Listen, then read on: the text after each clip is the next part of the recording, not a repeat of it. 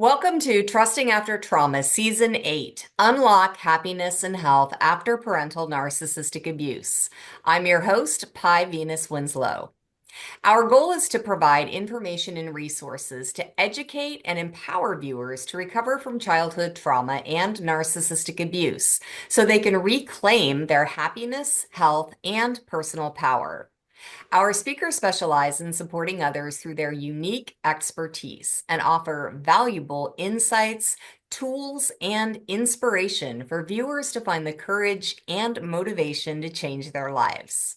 I'm absolutely thrilled to have Dr. Janie Lacy here with us today.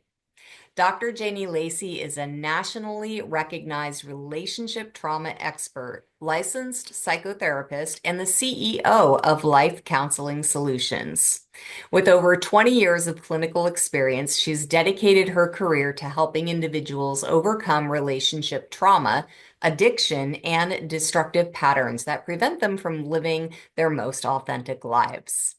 As the CEO of Life Counseling Solutions, Dr. Lacy has created innovative therapeutic approaches that combine evidence-based practices with compassionate care. Her unique methodology has helped thousands of clients to transform their relationships and reclaim their personal power.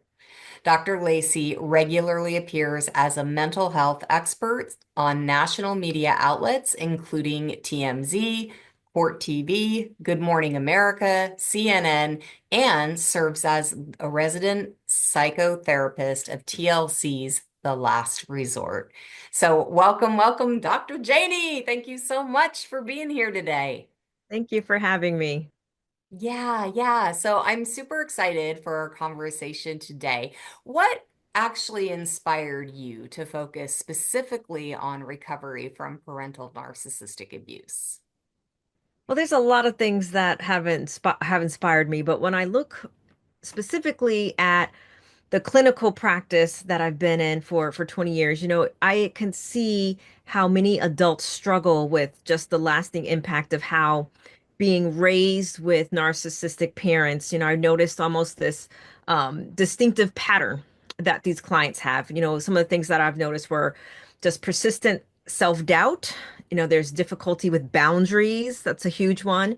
And like challenges just forming healthy relationships, especially just focusing on a lot of toxic relationships. And when we're doing a lot of the inner work, we see these patterns when we kind of look at the environment that a lot of these individuals were raised in. So what struck me the most was just how many, in particular for my population, how many successful, high functioning individuals were like privately just battling with these deeply rooted wounds while really feeling isolated from their experience. They can be, CEOs, celebrities, just high achieving, in particular for me, females, but yet have this personal battle that from the world's perspective, they look like they have it all. But from their private battles, they feel like they're constantly doubting themselves. They don't know if they're coming or going. And we find that it's deeply rooted, their deep wounds of just feeling not good enough has come from their experience. Hmm. And then I also think about just my interest just from recognizing that, especially those specific things that were formed in their childhood trauma, being a specialist in just childhood trauma, like it requires, because a lot of times people will come to us and they've already been to therapy. They've been to other therapists who may not have recognized the specific group of individuals just coming from narcissistic homes or having a narcissistic parent, and then potentially repeating it by being attracted, of course, from a unconscious, not going after it consciously, but then attracting themselves to either, usually we'll see addiction or a narcissistic person themselves. So by us having this dedicated attention and really healing approach, we can really create this connection between their parental narcissistic abuse and later struggles that they're seeing when they come into our office and they're having trouble just really figuring out their happiness quotient and just their overall mental health, because sometimes with other, what we'll see with general practitioners, it could be overlooked. And when it's overlooked sometimes, and they kind of continue to go to therapy and they figure out there's what's wrong with me. I've been to so much therapy and I still feel this way. So our goal at our practice is to really create a resource and a systematic way that can validate their experience and really provide a pathway to their recovery. Yeah, yeah. And something that you mentioned was about going to therapy and, like still struggling. So there are these unique challenges that survivors of narcissistic abuse face. So how would you describe those unique challenges in also in learning how to trust themselves and others after experiencing narcissistic parenting? Yeah, that's a huge one.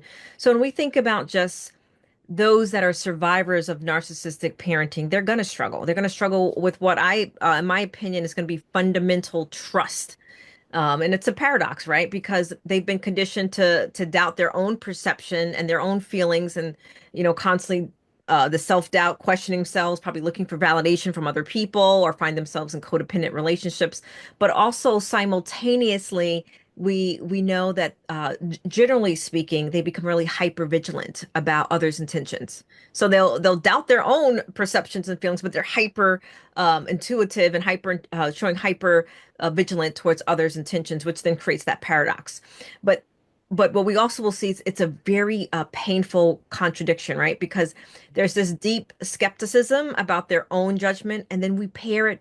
You think about pairing it like with an internal, I would even say an external need for validation. So you're kind of having these two things that are constantly going, and then that's why it creates this confusion, and then they find themselves in these unhealthy relationships, because we know just as therapists that building healthy trust is going to require addressing both sides of this equation, right? So first, survivors are going to need to reclaim trust in their own emotion and instincts and boundaries. So learning that we have, and I know we hear it all the time, that we have everything we need inside of us, but a lot of people don't really know what that means. So essentially learning to become their own safe harbor. Many times when we're on our unhealed journey and we're yet to get above the veil of consciousness, we're looking for that safe harbor in a partner or maybe a job or externalizing it.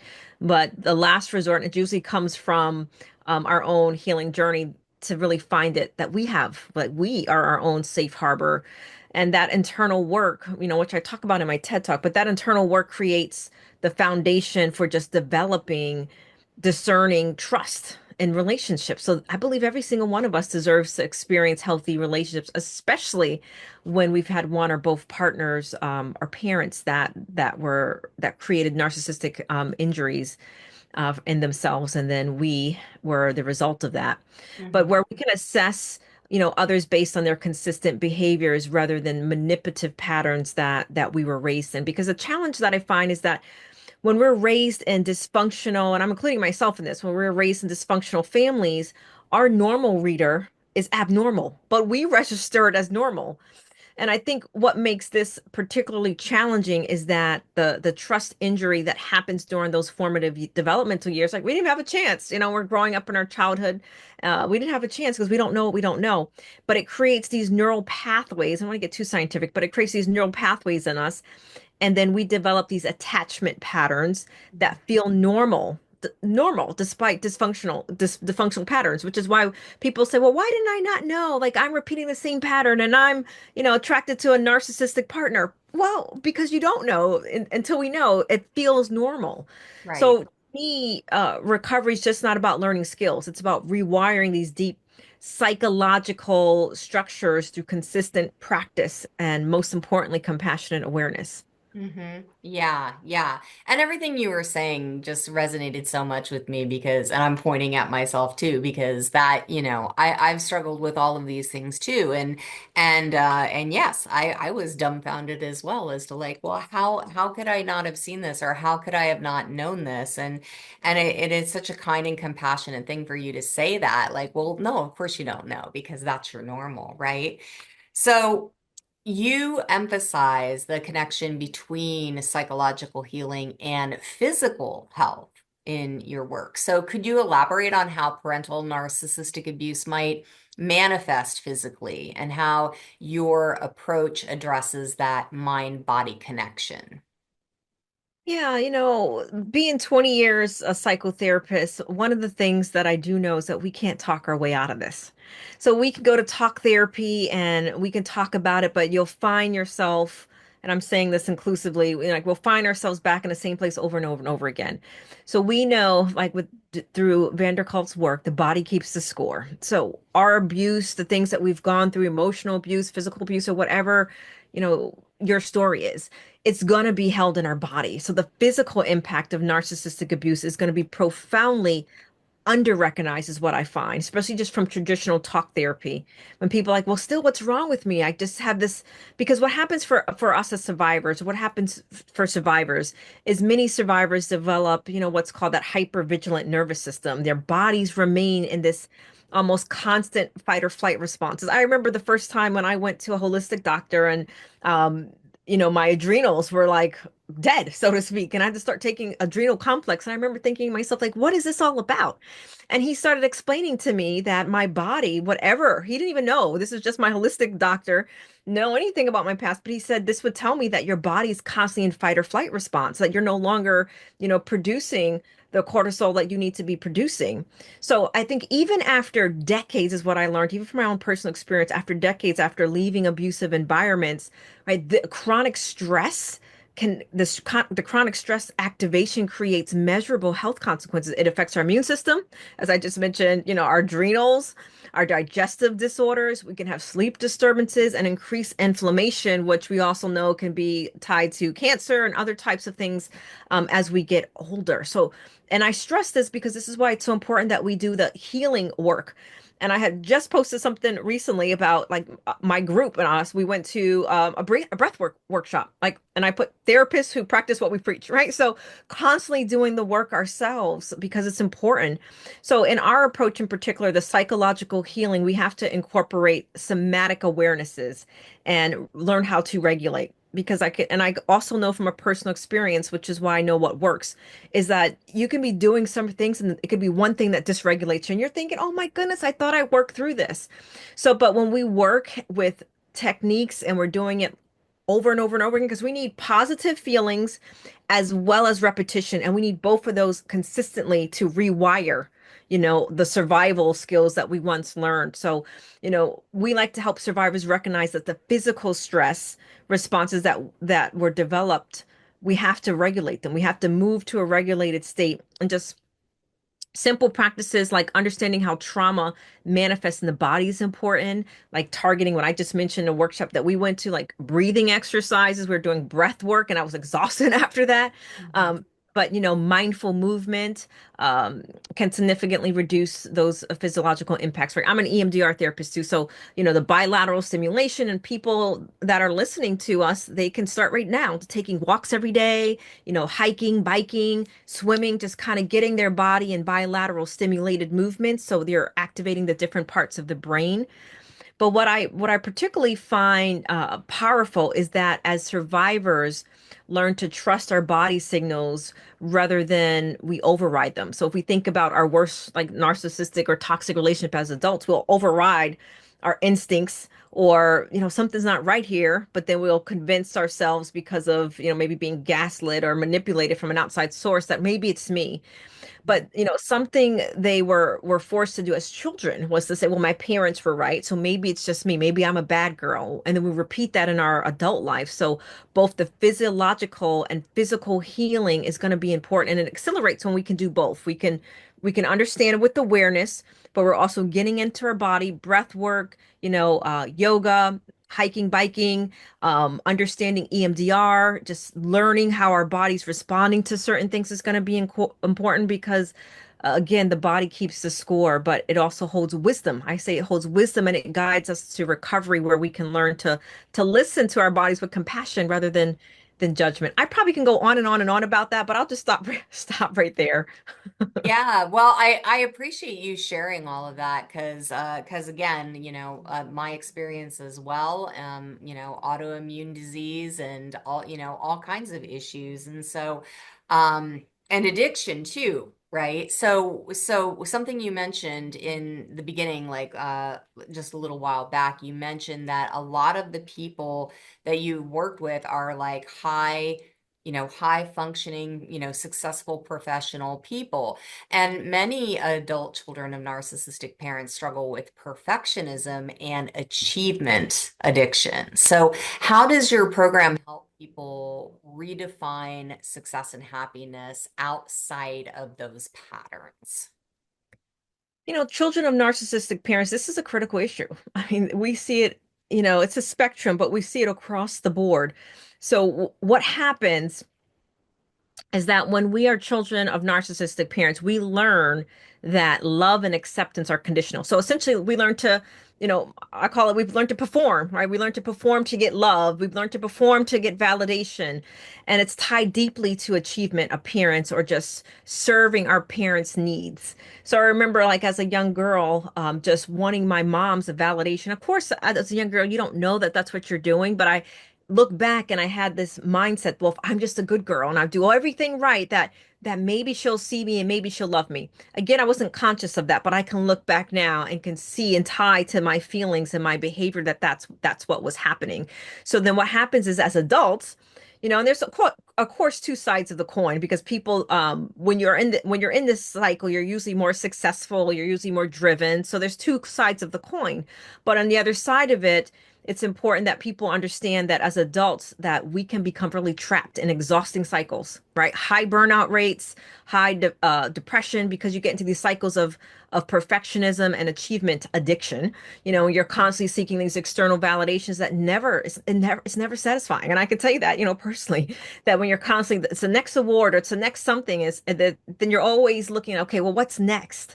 And that just tells you that's an indication if someone feels that from an external standpoint that they can be successful, they're getting all the things, or maybe it's you have the house, you have the car, you have the 2.5 kids or whatever it may be, but you still feel like you haven't achieved. That's a sign, right? So we want to start thinking about, like, how do we feel in our own bodies, in our own life.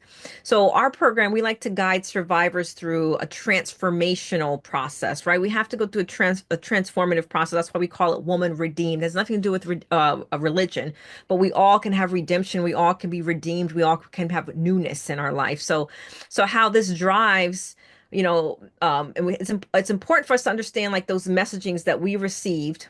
And again, it's not about blaming our parents, it's about understanding our experience. But the messages, the internal messages that we received, how do we internalize that to drive some of our harmful perfectionism patterns? So we have to understand that first, right? So for me, it was a lot of emotional neglect and feeling not good enough, and perhaps some rejection issues. My parents were unavailable. My dad was an addict, right? So growing up in that environment, they're there, but yet we had a roof, we had all the other things. So the internal messaging was that I'm not good enough. Right. When I look back at the five core wounds. So then we work on developing our self-compassionate practices as adults, and we have to identify and contradict and counteract the harsh inner critic that we will typically develop. And we have to understand that we all have a harsh inner critic. And until we can really counteract and really do some things, again, positive interaction, positive emotion, and then repetitive action, right? And our thoughts and in our behaviors is a way that we rewire our brain. Very basic way to explain that.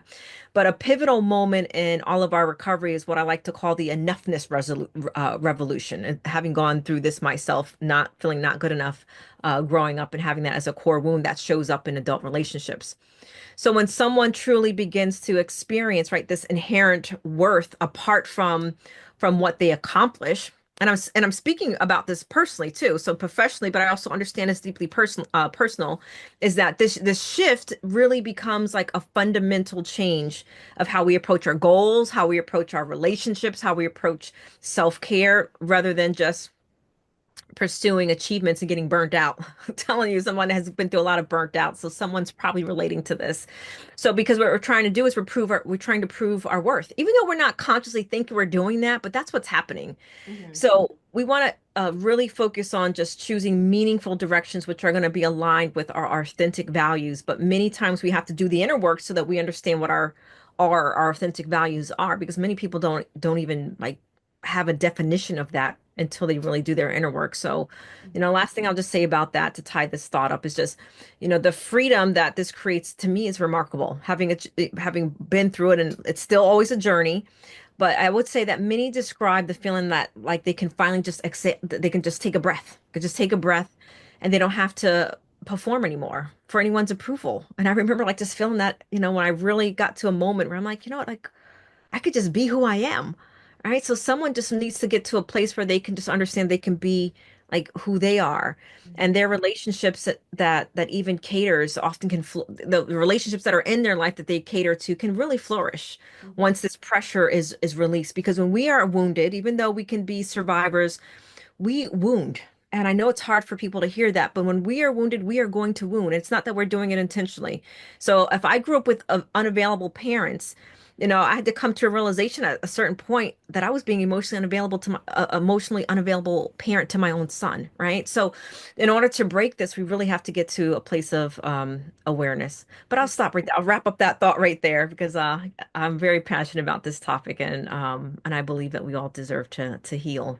Oh yeah, absolutely. And I appreciate your passion about the topic because I am passionate about it too.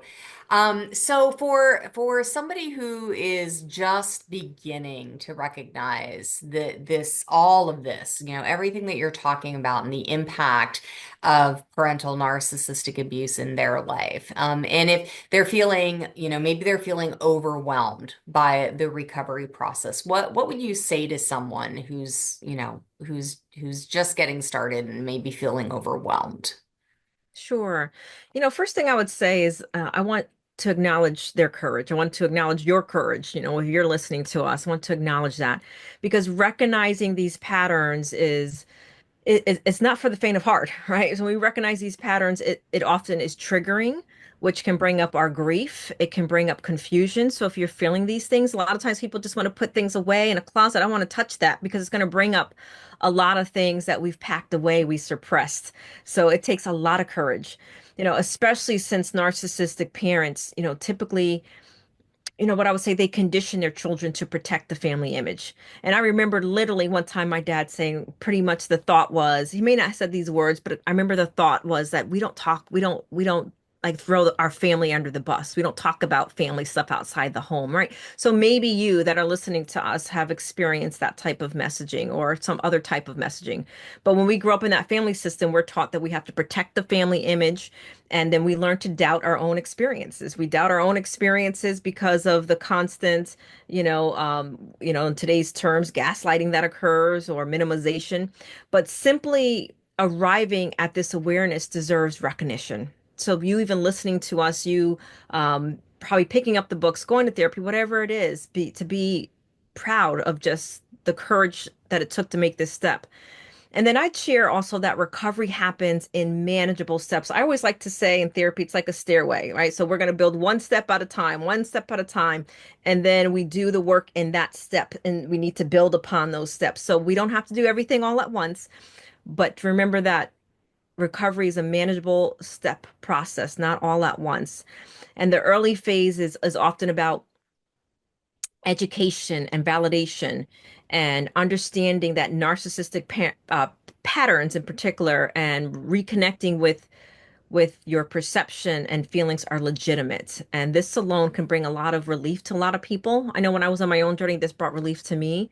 But I'd also emphasize that healing isn't just about looking backwards. It's not. It's also about reclaiming our presence and our future. Like each small boundary that we set, that you set, like each time you practice self-compassion instead of self-criticism, right? And I'm preaching to the choir, right? I mean, each time we are very compassionate to ourselves, we don't criticize ourselves, that we're actively rewiring the patterns and creating new possibilities. So it's not just about looking back, it's about looking forward. And finally, what I would say is that I want to stress the importance of finding safe support. Recovery doesn't happen in isolation. And whether it's through professional help, like us or the other professionals in the summit, support groups or trusted relationships, connecting with others who understand the experience reduces shame and provides a very critical and crucial perspective of what's happening in your life. And the journey may seem overwhelming now, but many have walked this path, including us, before you, and have their way to genuine happiness and health, and you can too. So that's what I would share to someone that is taking that first step. You are brave, stick with it one step at a time, and there are many women and men that have been in this path before you. So keep with it. Yeah, yeah, that's wonderful advice. And I couldn't agree more. It takes time and everybody's unique. Everybody's journey is different. And, so don't even compare yourself to like anybody else, right? It's your unique, it's your journey, and it's there for you to receive your recovery, your learnings, your insights, your awarenesses, and yeah, and to reclaim your authentic self. So thank you so much for joining us today, Dr. Janie. And you have a free gift for our viewers who are here today, to give to them as a resource. So could you tell us a little bit about that? Yes, yes. So my free resource for all of you that are here that took the time out to join this conversation with us is a free ebook on how to heal from a toxic relationship. So it's my gift for you, and I hope you enjoy it, and I hope you get something out of it that will be beneficial on your healing journey. Yeah, thank you so much. So I want to encourage everybody to click on the link so you can sign up to get that free ebook. And for people who are choosing to upgrade to the All Access Pass, you've got a very valuable and special bonus for those folks. Can you tell us about that? Yeah, absolutely. So I have a monthly membership of women who are on the same mission of healing from toxic relationships, and you get a 30-day pass to come into our membership, and we have master classes, workbooks, resources, all these things. So 30 days where you can go in there and get as much as you possibly can, and I do hope that it really helps you on your healing journey. You find all the resources valuable. So come on over and make sure you upgrade. Yes, thank you so much. So generous. So, Dr. Lacy, thank you, thank you, thank you for your expertise, for your time, for being here today, sharing your free gift and that valuable bonus with us. I just really, really appreciate you being here with us today. Glad to have been here. Thank you. Yeah. And I want to thank everybody who's joining us for Trusting After Trauma Season 8. We hope that you enjoy this journey with our experts on how we can unlock health and happiness after parental narcissistic abuse and heal our body, mind, and spirit to live joyful, authentic lives.